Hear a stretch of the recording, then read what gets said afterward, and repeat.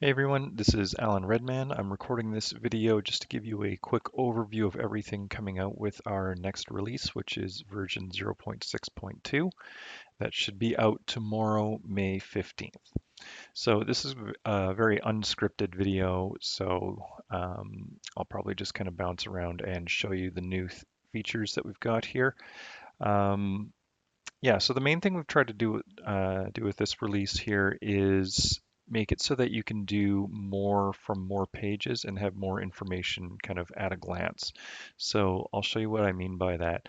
I'll go to the properties page, and on the different items for properties, tenants, and rental agreements, you'll see we have these indicators here. So this one's green. There's no indicator here, and I'll show you what that means in a second. But that's there. There's tenants over here. This one's green.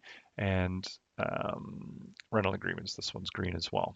So let me just show you what that means. So first of all, I've registered for pre-authorized debit right here.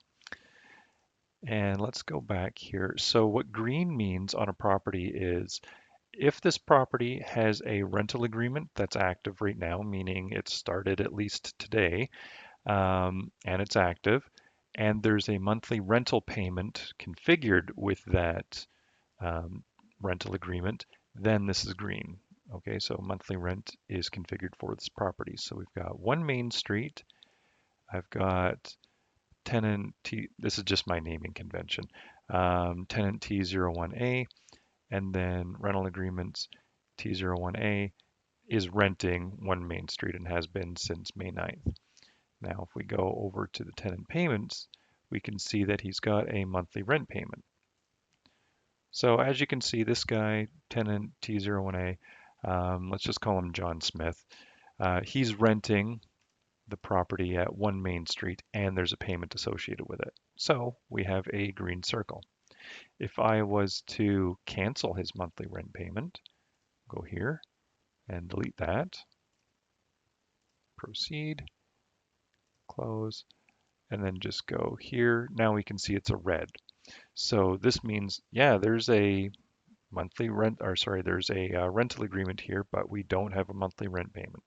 So that's to kind of make sure that you can see kind of at a glance, oh, I've got 10 properties, but this one doesn't have a monthly rent payment. Then you need to go and, set that.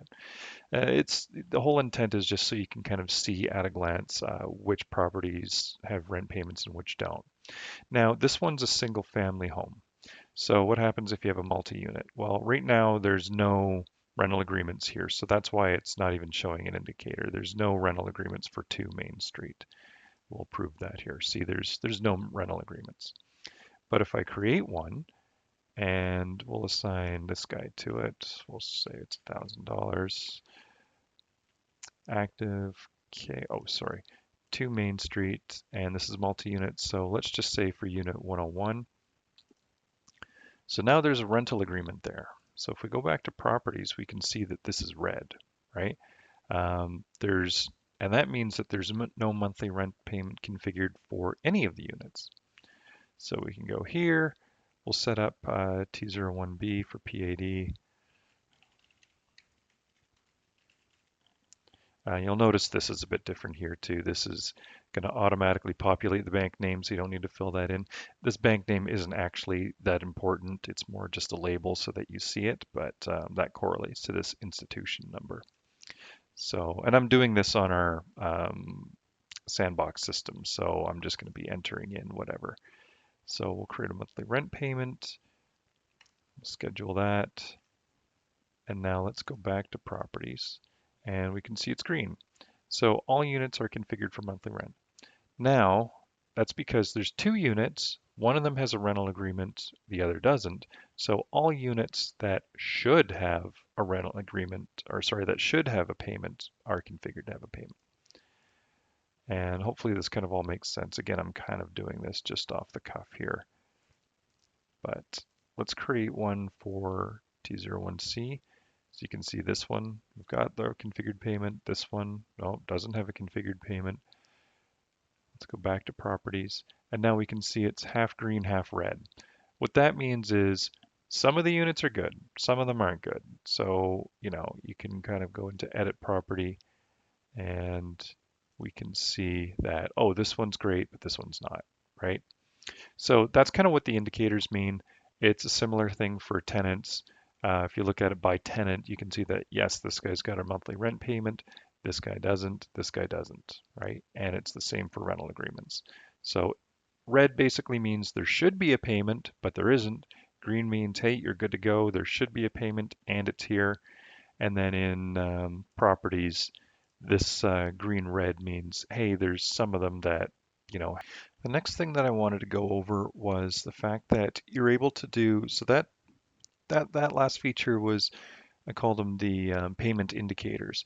Now this next one is, we called it better views, and the reason why I called it that was, previously you had to go to properties to create a property, go to people to create a tenant, then go to rental agreements to create a rental agreement. With this, you can kind of do things more all on the same page, right? And I'll show you what I mean here. So I'm just going to create a new property. We'll call this 3 Main Street. Let's make it a single family home.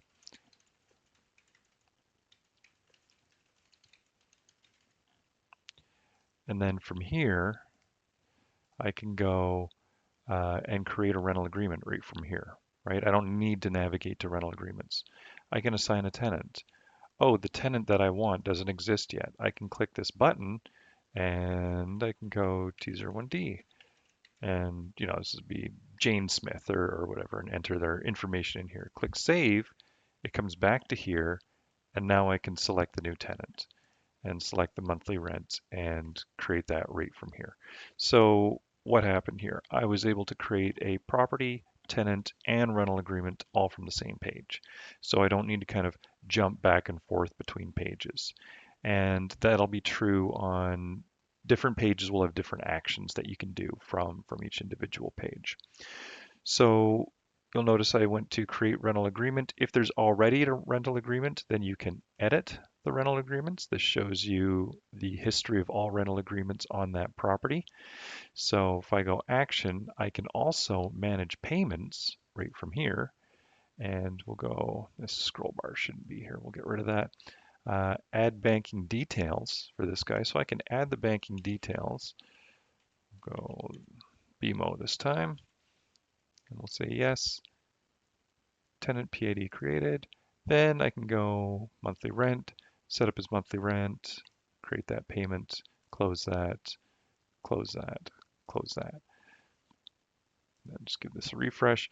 So now it's green. So you'll notice from the properties page, I did everything. I created the property, created the tenant, created the rental agreement, set up the tenant's banking PAD information, and set up their monthly rent, all from the same page. So that was just under edit rental agreements, action, manage payments. So, again, you can kind of do more from different places. So that's if we're looking at it from a property. Oh, and for multi-unit, you can go into edit property, go into manage units, and then we can manage things like just delete property here, edit property unit, stuff like that. I think we'll probably add the ability to edit a rental agreement from within here. For if it's a multi-unit, you can just go edit rental agreements and then choose which unit you want. So that's how you do that. But basically, yeah, you can do everything from within this page. If we go to people, tenants, I can edit PAD details right from here. I don't have to go down into pre-authorized debit, so I can enter in their banking information. Um, and then we can kind of do a similar thing from rental agreements here. What have we got here? Manage payments and view transactions. I'll show you the view transactions in a second. So previously on the pre-authorized debit tenant payments page, this is where you had to come to set up the rent payment to configure the banking information. Now you can kind of do that from a few different places, right? So it's just a bit more convenient. And the other thing I'll show you is this view transactions. And of course I get a small error there. I'll need to fix that before this goes live. How about this one? Okay, so this one I can see And that's why I like doing these tests, because sometimes I'm going through and explaining something and I come across a small defect that I have to fix. Basically, the view transactions, if we're looking at it by property, this will show you all transactions for this property that are either in the future or have happened in the past. So right now I've only got one transaction scheduled in the future, which is happening on June 1st here. And if I added another one, um, where was I looking? I was looking at this guy. So let's manage payments. Let's do a one-time transaction. Just go 1, 2, 3, test, sure, close, close, close. Let's just go view transactions. Now we can see we've got one scheduled for June 1st, and then there's one happening in a couple of days, May 16th for 1, 2, 3. So as you can see transactions by property. If it's a multi-unit property, it would show you all transactions for all units. You can also go into, um, if we're wanting a multi-unit, you can go into here and view transactions by unit. So this is just for the one unit, right? So yeah, if you want to see things by unit, go in and look at the individual unit, or if you want to see things by the whole property, then you can look at it from here because we're looking at a whole property here. And the same thing is true for tenants. So you can see transactions by tenant, or in the rental agreements, you can see transactions by rental agreements. Oftentimes, people only have one tenant who's paying the rent on a rental agreement, but sometimes there's roommates. So there could be two people, making payments on a rental agreement, right? Or maybe even three or four for that matter. So that just depends on how you've got things set up, but just so you know, you can kind of view transactions not just in this upcoming and past transactions pages, but you can now view them by property unit, um, by tenant, and by rental agreement. So that is our Better Views feature. And next, we've got a report called the Rent Roll Report. So let's just enable it. You go into Features, Enable Reports, and then Enable Rent Roll Report Enabled. Maybe I'll remove that enabled. But from here, if you give a refresh, you can see there's this Reports here. Go to Rent Roll. And this just shows you the current state of your rent roll. So currently, I've got two rent payments configured. Here's the address. For the first one, here's the second one. The tenants, the amount, the destination bank account, so Streamline LS primary, and what day of the month they happen. So this isn't showing here are the transactions that have happened. This is showing, hey, here's your current rent roll. And we can see that on the 1st or on the 15th or whatever. And if you've got 50 or 100 units, this would be very useful as well, just to see here's a snapshot of what's happening. Now we're going to expand this rent roll report to be able to query it to say, hey, what happened between this date and that date, right? Um, it's kind of more like what the past transactions page does. So I'm not sure if that's entirely necessary, but we'll explore that later. And it also tells you your total rent roll amount and the number of payments here. So that's the rent roll report, just something that can help you ensure that everything's set up as you'd like. And then lastly, the last thing here I want to cover is we have a feature called Prospect Pays for Tenant Verification Report. And so what that means is instead of you being billed for the tenant verification report, we can bill the prospect directly and have them pay for it when they fill it out. So as you probably know, a tenant verification report is a combination of a soft check, which is effectively a lightweight version of a background check. Checks, I think it's over 200,000 publicly available databases here in Canada, looking for convictions, evictions, if they're on any watch lists or anything like that. It builds a comprehensive risk profile for a person, right? And then we've got an Equifax credit report, and then there's an optional ID check in there. So I just want to make sure I'm not reusing any tenant names or emails. So Okay, so here we go. I will create a new prospect and I'm just going to call this one John Doe, and I can use sls.tenant.01 at protonmail.com, and we'll just say, there we go. So we've got John Doe. We're going to run a TVR report. And the first question, so we have these pre-screening questions. Would you like John Doe to pay for the tenant verification report? So if you click no, everything flows the way it did before. If you click yes, then the only other question we have to ask is, hey, do you want to validate his ID? Previously, there was, hey, do you have his current address and permission to run this check? But if we're having him pay for it, we have to send him an email anyway, and then he kind of just can give his address and information while he's paying for it. So there's no sense in you filling out and then him paying for it, if you know what I mean. So I'll say yes, we'll have him confirm his ID as well. I'm going to click next. So here we just confirm his name and email address. So we've got John Doe. I'm just using this email address. Agree to the terms and conditions. If you put in his phone number and if you have SMS notifications, he'll get SMS notifications sent to him to do this. So order reports, click order, and there we go. Now we can see that with John Doe, it's sent, and you can always click this button and resend the request if you'd like. Now I'm just going to hop up to here, and sometimes Proton Mail is a bit slow. There we go. So this is what John's going to see. So hello, John Doe, Streamline LS, and this will be your company name. It's just saying Streamline LS because that's how I filled in the company when I created this account here. But it'll be like Acme Rentals or whatever has requested a background screening. This is all kind of the same, except there's also this. Please note that they've requested you're responsible for the cost of this report. It's $30 plus applicable taxes. Taxes are calculated based on the location of the prospect. So whatever they fill in as their most recent address, that's kind of how we tax them. Usually people are in the same province, but maybe they're not. Maybe you're coming from Ontario going to Alberta or whatever. If your last, if your current residence is legally Ontario, then we charge HST. If it's Alberta, it's GST.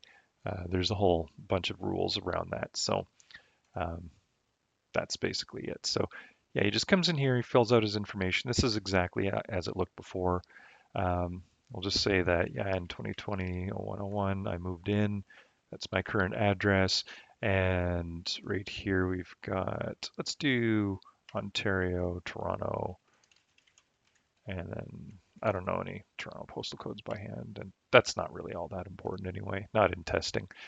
And then at the end, you'll go pay and submit. Oh, of course, I need address line 1. Then we'll click pay and submit. And then we've got to confirm and pay. Then the credit card link comes up. So, he was, let's see, he's in Ontario. So the original price was $30. So $30 times 1.13 is 33.9. So yeah, that's that plus HST. So then they just fill in their information. This is Stripe's testing credit card info. And then let's just say Alan R. And I'll pay. And this also, we made sure that this looks good on mobile because they're probably going to be doing this on their mobile device. Then all they do is click that and then it's now paid for. They get sent a receipt and then they also need to validate their ID. So they can either click that and, I'm using this on a desktop, so it goes right to here. But if not, if they're on a mobile device, it'll just go and continue on this device. But yeah, that's how they validate their ID. They just click that link and then they end up scanning their ID. That's the same as it previously was. And then they get a receipt as well. So they can click that to view the receipt and it's right here. So what have we got here? Basically, at the end of the day, what this means is the prospect is billed for the tenant verification report as opposed to us having to bill you and then you bill the prospect. So that's sort of way that's, or just a feature request that we've had. And just a couple important notes about that. Excuse me. First of all, that's only available if you've registered for pre-authorized debit. If you have not, that won't be available. Also, that's currently not available in BC and Quebec, just due to local regulations. I'll research that a bit more further in the future to see if we can enable it there, but it's a bit gray from a legal perspective there, so we didn't want to enable that quite yet in those jurisdictions. But that's it for the updates to 0.6.2. Of course, there's lots of defect fixes and little things here and there that I won't really go over, but that is the lion's share of it.